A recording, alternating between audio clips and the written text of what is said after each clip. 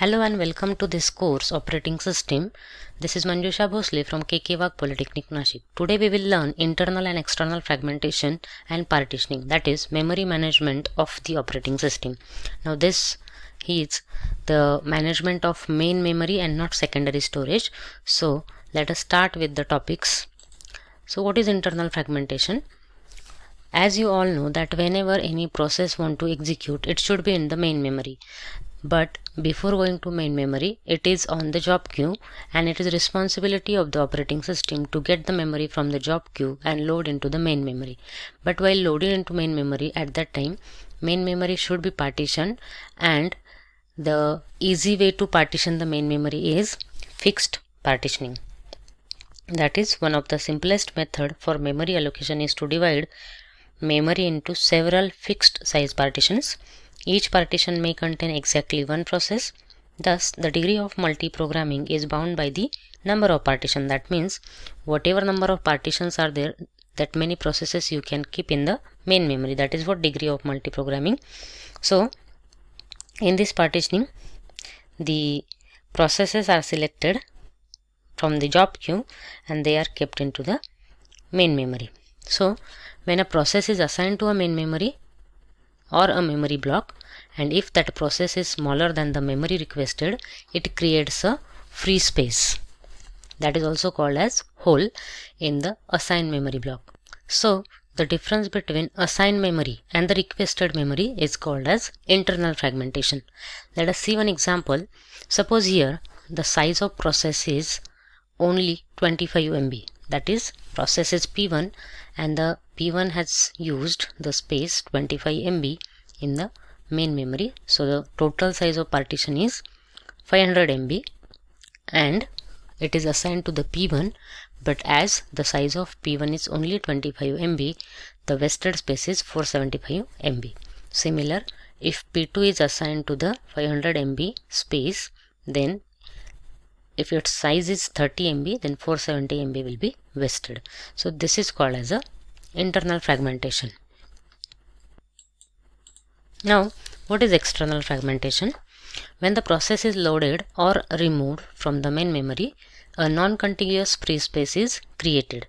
Now, whenever any process is completed and whenever it left the main memory, at that time its space is released, and because of that again the free space is created. Suppose we consider that from first partition one process has left the main memory, from second or third partition also second process has left the main memory.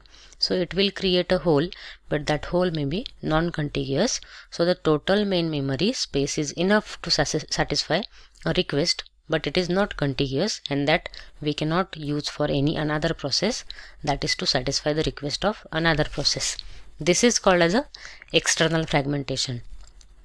So whenever we think about internal fragmentation, it is internal to the process, and whenever we think about external fragmentation, it is nothing but the different holes which are distributed on the main memory, which are non-contiguous and they are not useful. That is called as a external fragmentation. So here is the example.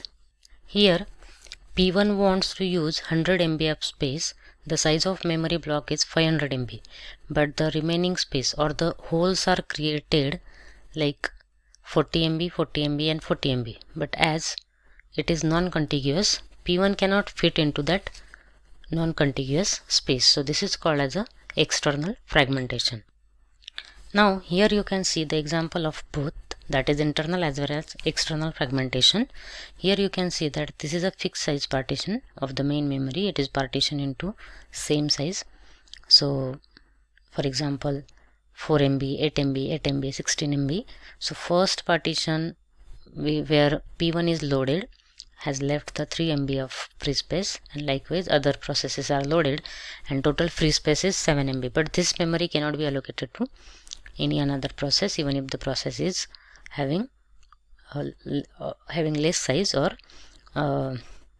suppose 4 MB size process is there or 6 MB process is there, we cannot fit that process into the main memory. So this is the problem with internal as well as external fragmentation. So here suppose this is a P2 and it has allocated 7 MB of main memory. So 1 MB is remaining free space. So this is internal to the P2, or this is internal to the second partition. This is called as the internal fragmentation, and this free 3 MB, 1 MB, 1 MB and 2 MB, total 7 MB is space which is enough for any another process, but it is non-contiguous and that we cannot use for another process. So this is called as external fragmentation. Now when it occurs, that we have to see.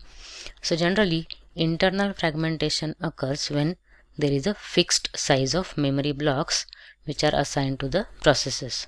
So in further slides we will see that what are different types of partitions, and in that one of the type of partitioning is fixed size partitioning.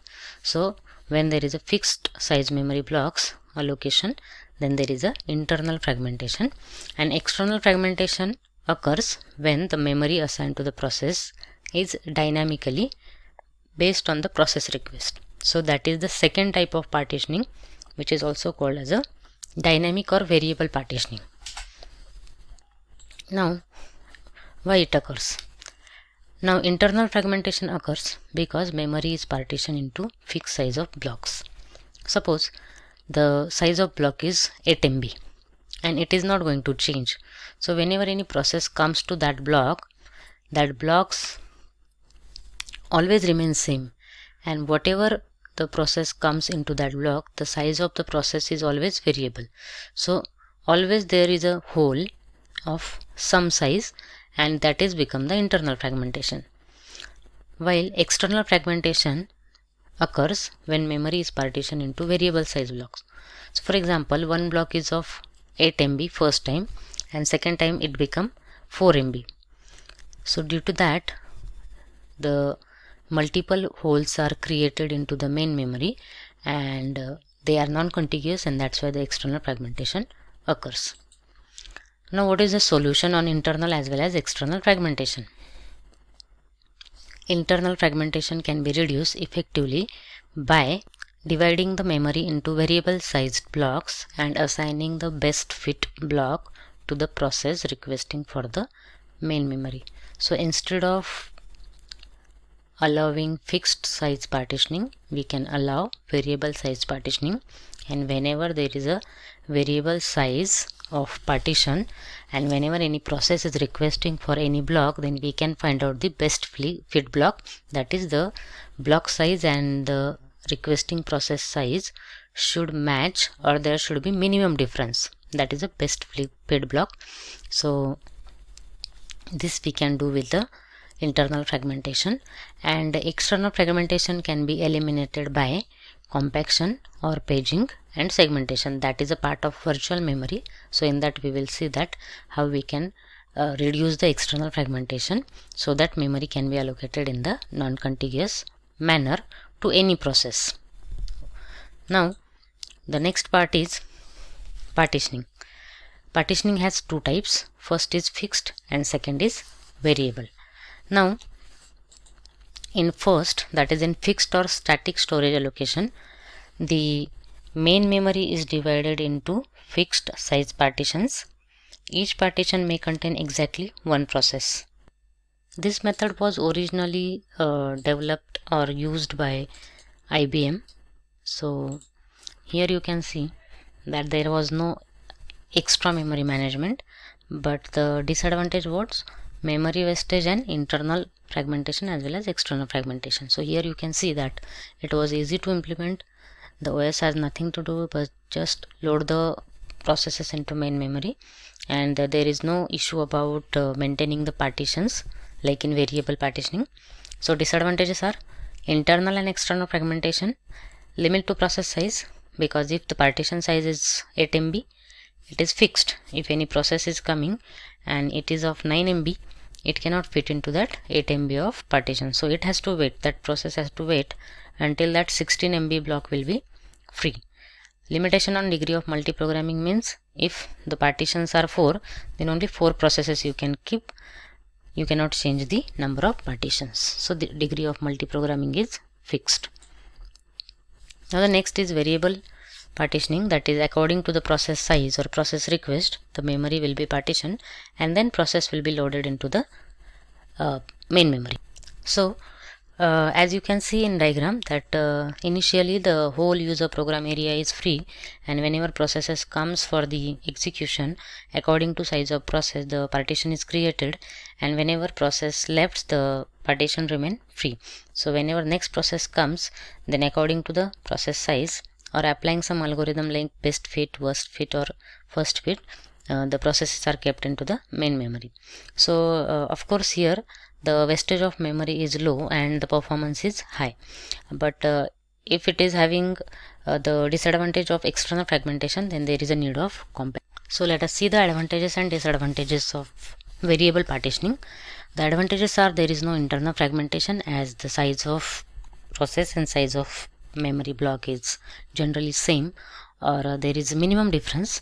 There is no restriction on multi-programming degree, because as many partitions you can create in the main memory. There is no limitation on the size of the processes. As many processes you can keep into the main memory. Somewhat limitation is there because of course your main memory is so small.